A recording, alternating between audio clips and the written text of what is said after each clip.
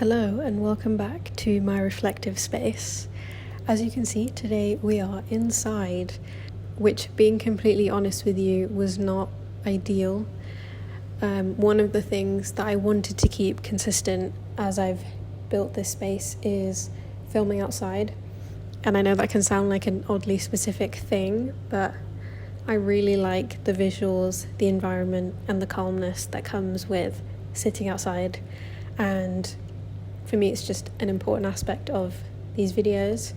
But for various reasons today, I couldn't film outside. And I know, like, from the outside looking in, that doesn't really seem like that big of a deal because I'm here recording. In all honesty, it does make me feel in some way like I've failed. And that is what I wanted to talk about today. I wanted to talk about failure, more specifically fear of failure. I think for me this is something I really struggle with, and I know that it has ties to perfectionism and wanting to do things in a very specific way, and avoidance of failure at every and any cost is the most important thing to do. And even something as small as not filming outside when I've told myself that I want to film outside feels like failure. I can trace back my fear of failure to when I was fairly young. I think for me, the most common context in which I've felt that fear of failure is in academics, and I think that's probably the case for most people, but it's definitely not exclusive to education. Growing up, I've always been somebody that's been praised for being smart, being intelligent. I remember being in like year one or reception even, and I love to read, and I was reading ahead of my year, so I got to read, like I would go with the teacher and choose the books from the year above that I wanted to read to get ahead.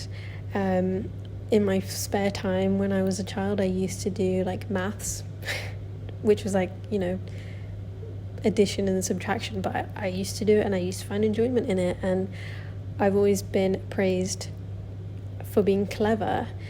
And I think what comes with that is this pressure to then maintain that image for yourself. It's something that I kind of carried with me without really realizing, and I didn't really feel that much difficulty when it came to academics when I was younger because of this praise. I felt like everything kind of came pretty easily to me, and I didn't really have to think about failure because it was never even on the table. Like, it was pretty straightforward. I would just do everything that I wanted to do and get the grades that I wanted to get, and it was all fine. But I think the first time I really had to confront that fear of failure was in the transition between schools.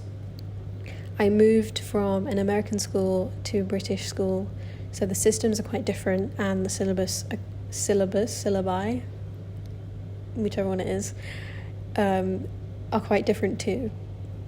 So I moved in year 8, and for context, if you don't know about like the British school systems, you typically start secondary school in year 7, and that forms the foundation of then when you do your GCSEs in year 9 or 10 or 11, and then you go into 6th form.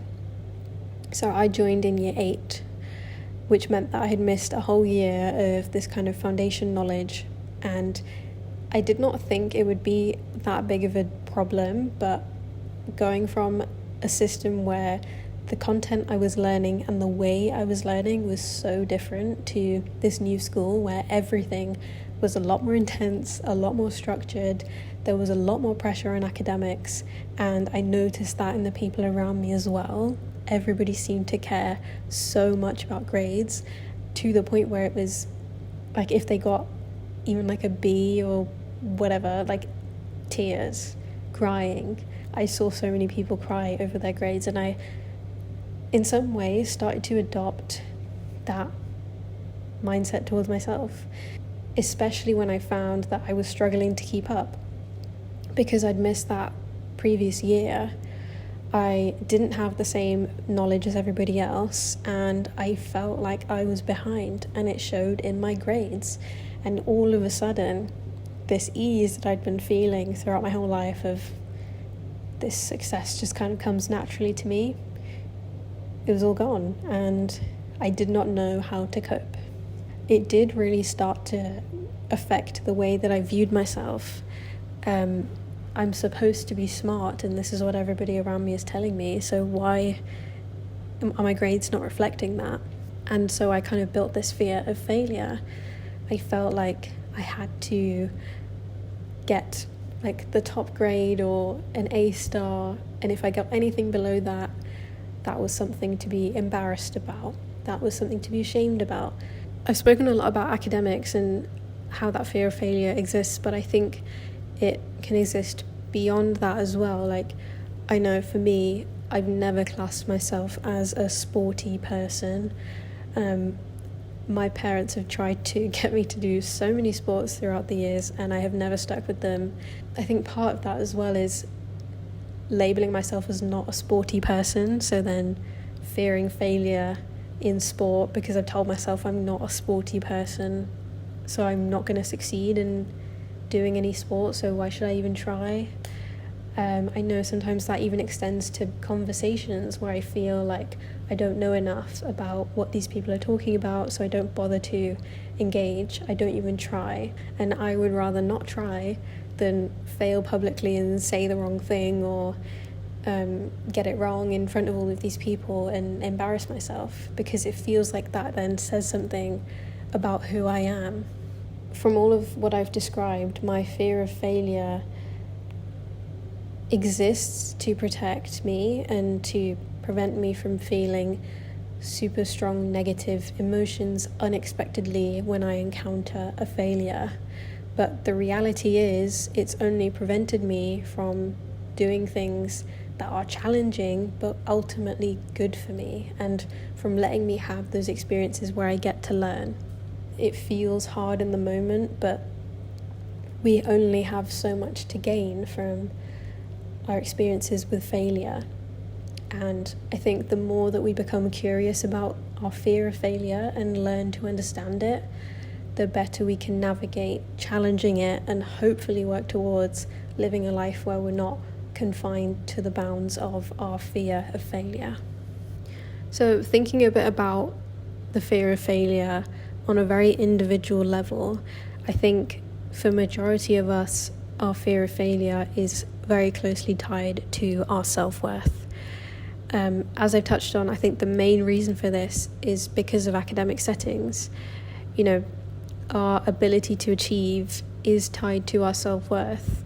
Exams are definitely not representative of our full skill set and ability, but for most of us, that's the way that we tend to define it.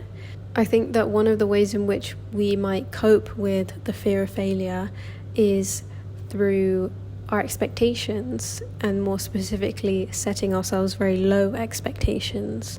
You know, if I don't believe in myself, and if I have a test coming up and I tell myself I'm probably not going to do that well, then either I succeed and I surprise myself, or I do badly and I meet my own expectations, and the, I guess, fall or the gap between my expectations and what I've actually achieved is not as big as if I believed in myself and I told myself I could do it. This is called defensive pessimism, and while that can seem like a healthy coping mechanism, and it's definitely something I've caught myself doing a lot of the time, the reality is that that is not actually benefiting us in the way that we think it is.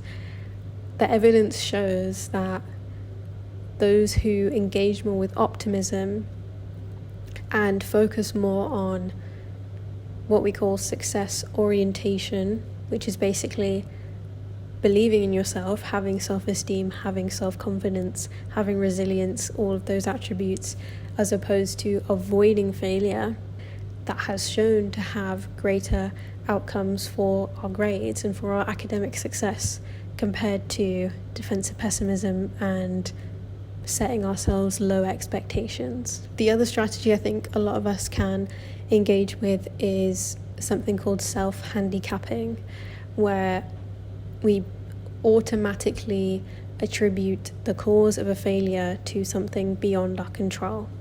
So say I submit a coursework assignment and I get a bad grade, I might say, oh, I was ill, I was feeling physically ill, or I had all these physical symptoms, that's why I failed. It's nothing to do with my self-worth. Or it might be that I procrastinated, I didn't study enough, and that's why I didn't get the grade, because I didn't put in my full potential of effort. So this doesn't tell you anything about my self-worth, because I didn't put in all of my effort, I didn't give it my all. There's plenty of examples in which we can engage with self-handicapping, but again, it's another strategy that we might use that has this short-term benefit of making us feel good and helping us to enable that fear of failure, but ultimately not helping us to feel less controlled by this fear. And I think another thing to consider is how systemic this fear of failure can be. It's not just that individually we might struggle with our ideas of success and wanting to avoid failure, but academic systems and institutions almost enforcing this belief on us that our worth is tied to our academic success. For a lot of students, our motivator can be avoiding failure as opposed to being motivated by achievement and success. We work and study and do what we need to do in order to avoid failing. But as I've said, that's not the same thing as doing all of that to attain success. Another thing to consider is cultural context. I found a piece of research that discussed how people from collectivist cultures, so that's typically like the non-Western world, centered more around community and togetherness as opposed to individualism, which is more prevalent in Western cultures. That's a lot more centered on the individual, the self, and that being separate to everybody else. But in collectivist cultures, it was found that because of that interdependence, there was that greater fear of failure, because it not only felt like if you did fail, you were letting yourself down, but you were also letting other people down, your teachers, your family, your friends, all of these people that might be supporting you and a part of your group and your support circle. It felt that failure was then extended beyond just the individual. It's not just you who's struggling with this fear of failure, but something that's more embedded in the environment and the culture around you. For me, I think that can bring me a lot of peace in some way, to know that these things extend beyond just my experience of them, and I might be influenced by my environment and the people around me, and it's not just my fault that I feel a fear of failure. So I think acknowledging that sometimes these things go beyond just ourselves is really important. I've kind of unintentionally or not explicitly touched on this, but another way that I think we can view our fear of failure is not in isolation, but as on a spectrum, being fear of failure on one side and success orientation on the other side. And we're kind of somewhere along this spectrum or this scale. And it's not the case that just because we have this fear of failure, we're stuck with it, but we can work towards orienting more towards success and engaging with those attributes that are associated with working towards success, that being things like resilience, self-esteem, high self-esteem, self-confidence, and just a general belief in yourself. As easy as it can be to stay stuck in this cycle of fearing failure and engaging with these strategies to help us cope, failure is how we learn, and allowing ourselves to fail is one of the best things that we can do for ourselves in order to grow and evolve as people. And I think the best way that we can engage with failure and practice challenging our fear of failure is through exposure and failing and just doing it. So in terms of specific ways in which you could go about engaging with your fear of failure and trying to challenge it, one of those ways might be something called chunking, where you break down tasks that you are finding stressful or struggling to engage with into smaller tasks to then allow you to experience those smaller successes.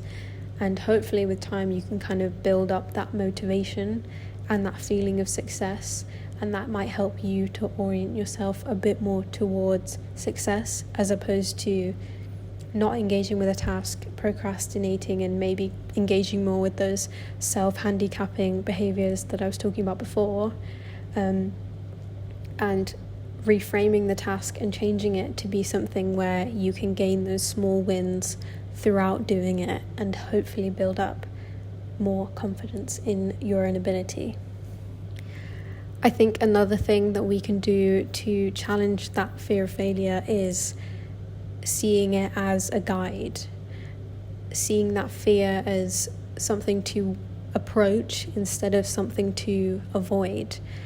I really liked Michelle Gia's video on this, which I will link down below, but she talks a lot about the fear of failure and overcoming it from her own lived experience, and she talks a bit about seeing failure as something to move towards and using that opportunity to then grow and learn about yourself. And I thought that was a really nice way to view it.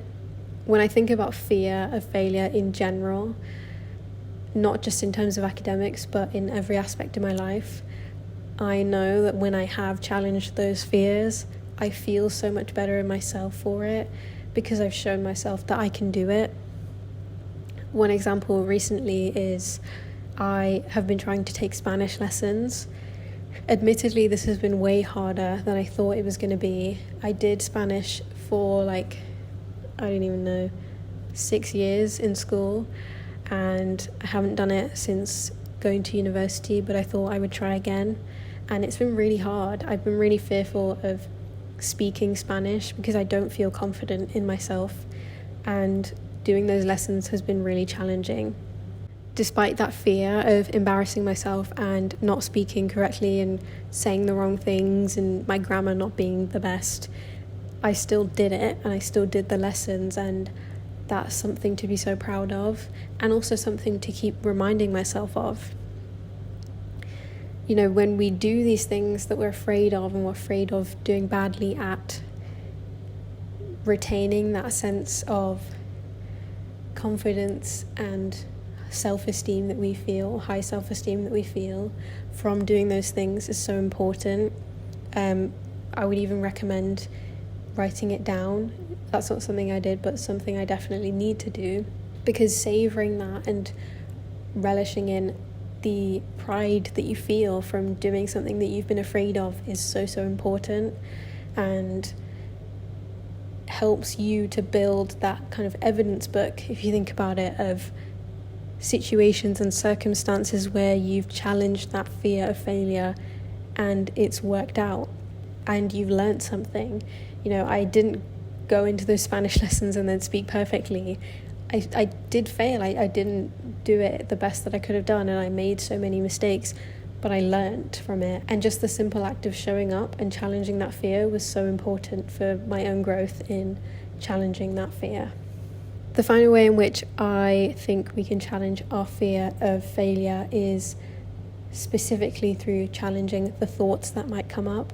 So the first thing to reflect on when we're feeling that fear of failure could be, what thoughts do I notice? So when I'm feeling that fear, what do I notice myself thinking? And it could be things like, I should have done better, I didn't do enough, I didn't try hard enough, I never succeed, anything like that. Just whatever comes up for you, being aware and observing the thoughts, and nothing to do about them at this stage, but just observing them. Once you have that awareness of what you are thinking when you experience those fears and feelings of failure, the next question might be, how can I challenge these thoughts? So there's two ways in which you can approach this. One of them being in terms of evidence. So thinking about what evidence is there to oppose the beliefs and the thoughts that you have when it comes to your own fear of failure. It might be that you're telling yourself that you don't try hard enough, but the evidence is you did the best that you could have done. You put in all of your effort to do the thing that you wanted to do, and even if it didn't work out in the outcome that you wanted, you still put in that effort to do what you could do. And that's evidence in itself that you've taken the action to work towards not failing or to work towards succeeding. And just because the outcome isn't what you wanted, it doesn't mean that you've then it doesn't then negate that. I think the other way we can think about this is in terms of action. So what actions can you take to challenge that fear? And it might be that you're afraid. Say one of the thoughts that comes up for you is, I don't want to make a mistake, I don't want to embarrass myself, I don't want them to think negatively of me.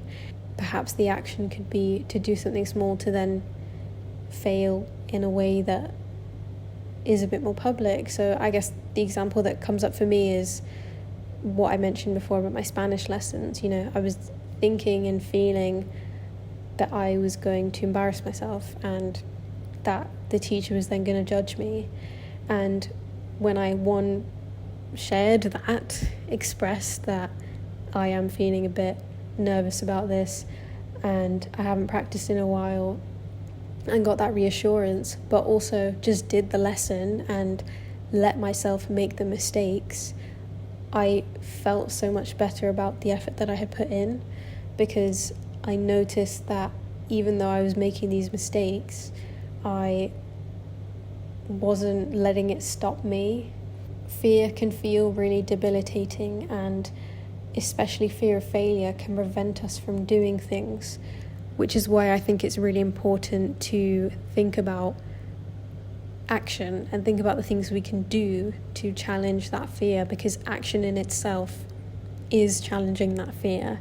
Doing anything that you might be afraid of failing at is challenging that fear. So thinking about specific things that you might be afraid of failing at, that could be doing a piece of coursework, it could be going to the gym and not doing the exercise correctly, it could be reading a book and not understanding it correctly, feeling like it's way out of your depth.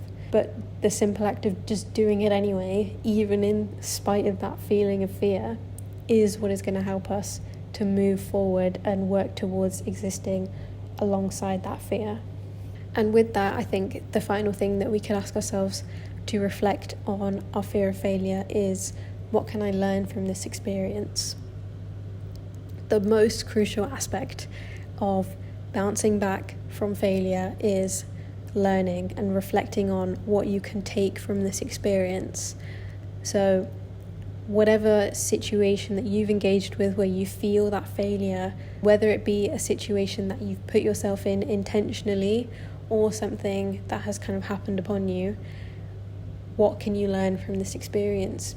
What did you learn about yourself? What did you learn about others? What did you learn about this experience in general if you were to encounter it again?